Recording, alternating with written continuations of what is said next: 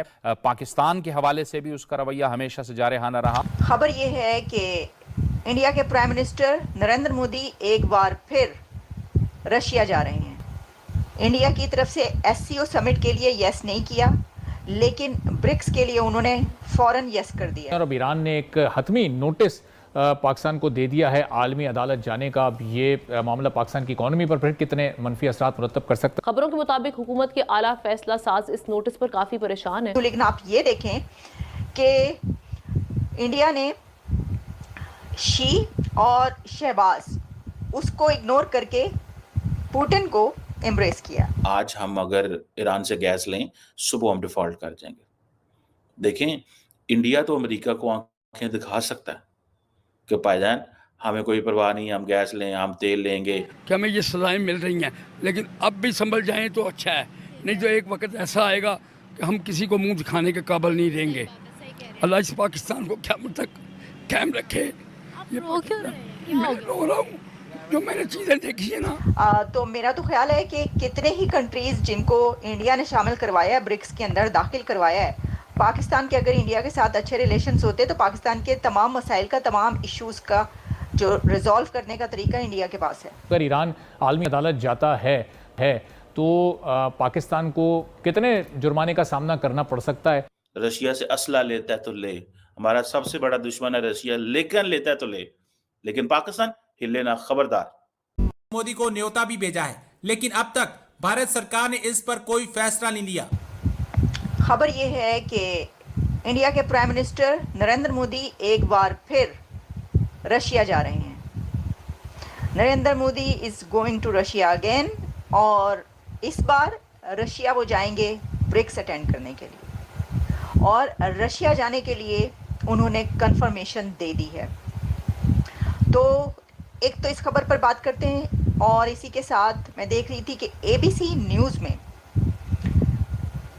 Prime minister Narendra Modi کے Ukraine visit پر ایک بہت امپورٹنٹ رپورٹ پبلش ہوئی ہے، خبر ہے، اس کے اوپر بات کریں گے. لیکن سب سے پہلے Indian prime minister Narendra Modi ایک بار پھر رشیا جانے کے لیے تیار ہو چکے ہیں، اور انہوں نے کنفرم کر دیا ہے to president Putin his readiness to attend BRICS summit in Kazan. اب رشیا میں یہ سمٹ ہو رہی ہے، برکس سمٹ، ہم پہلے سے جانتے ہیں، لیکن اس سے پہلے نیوتا گیا تھا پاکستان کی طرف سے.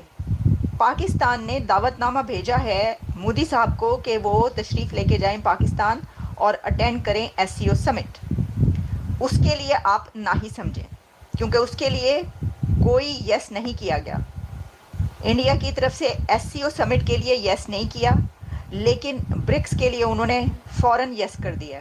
حالانکہ ایس سی او برکس سے پہلے اور برکس بعد میں ہے، لیکن پھر بھی برکس کا کنفرمیشن دے دی گئی کہ جی مودی صاحب رشیا جا رہے ہیں، اور وہ وہاں پر پریزیڈنٹ پوٹن سے ملاقات بھی کریں گے. کچھ اور جو ڈیٹیلز ہیں وہ بھی آپ کو بتاتی ہوں. لیکن آپ یہ دیکھیں کہ انڈیا نے شی اور شہباز اس کو اگنور کر کے پوٹن کو امبریس کیا. کیا یہ بات غلط ہے؟ یہ بات غلط اس لیے نہیں ہے کہ ابھی وہ رشیا سے ہو کر گئے ہیں، لیکن ایک بار پھر جو ہے، سوری معافی چاہتی ہوں میں آپ سے، جی ایگزیکٹلی، تو ایک بار پھر جو ہے وہ پھر وہاں پر تشریف لے کے جا رہے ہیں.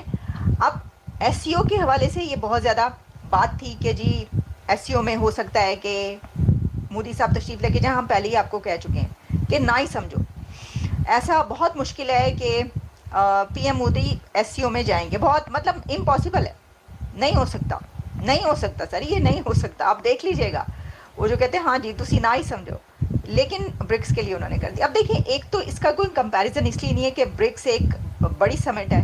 آپ جانتے ہیں برکس میں دنیا کی کون کون سی پاور، ویسے تو برکس میں جو کنٹریز شامل ہیں اس میں اب پاکستان بھی برکس میں شامل ہونے کی کوشش کر رہا ہے. تو میرا تو خیال ہے کہ کتنے ہی کنٹریز جن کو انڈیا نے شامل کروایا ہے، برکس کے اندر داخل کروایا ہے، پاکستان کے اگر انڈیا کے ساتھ اچھے ریلیشنز ہوتے تو پاکستان کے تمام مسائل کا، تمام ایشوز کا جو ریزالو کرنے کا طریقہ انڈیا کے پاس ہے.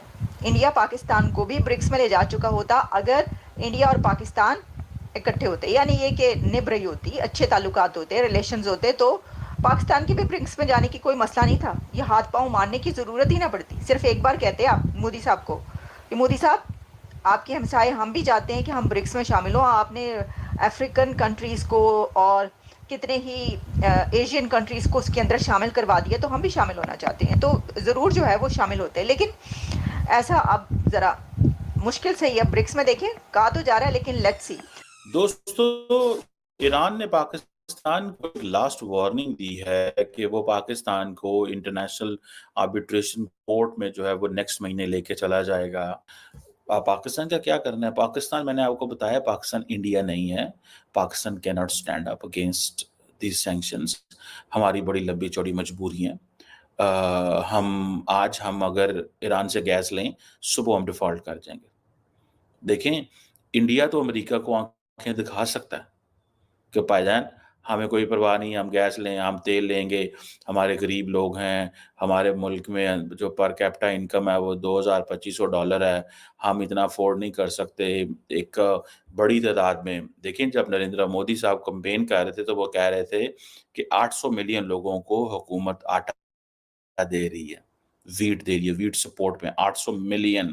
یہ میں نے نہیں کہا ہوا, 800 ملین, یعنی کہ 3 پاکستان جو ہیں ایز پر دا گورنمنٹ جو اسٹیٹسٹکس ویٹ سپورٹ میں ہیں. تو کوشچن یہ ہے کہ وہ کہتے ہیں جی ہم تو ان لوگوں کے لیے اب کیا مہنگا تیل بھی خریدیں؟ ہم تو نہیں خریدیں گے, ہم تو سستی گیس خریدیں گے, سستا تیل خریدیں گے, جو مرضی کر لو, کرنا کر لو. امریکنز پیچھے ہٹ گئے, امریکنز کو سننا پڑا, امریکنز کو سننی پڑی یہ بات ان کی کہ ہاں جی ٹھیک ہے. پھر آپ یہ کریں کہ آپ مہنگا سستا مزید تیل نہ خریدیں, آپ اس کو مہنگا تیل نہ خریدیں. 60 بیرل پر ڈالر جو ہے پر ڈالر جو ہے وہ انہوں نے وہ کر دیا, ٹھیک ہے جی, کہ $60 بیرل, ٹھیک ہے جی. اب یہ جو ایک چیز انہوں نے کر دی جس کو انہوں نے مارکیٹ کے سامنے وہ لے آئے, ٹھیک ہے. اور مجھے یاد ہے اگلے دن ڈاکٹر جے شنکر یہ کیا کہا, اس نے کہا کہ بھائی آپ ہمیں کیوں کہتے ہیں کہ ہم نے تیل لیا ہے؟ کیا یورپ نے تیل نہیں لیا؟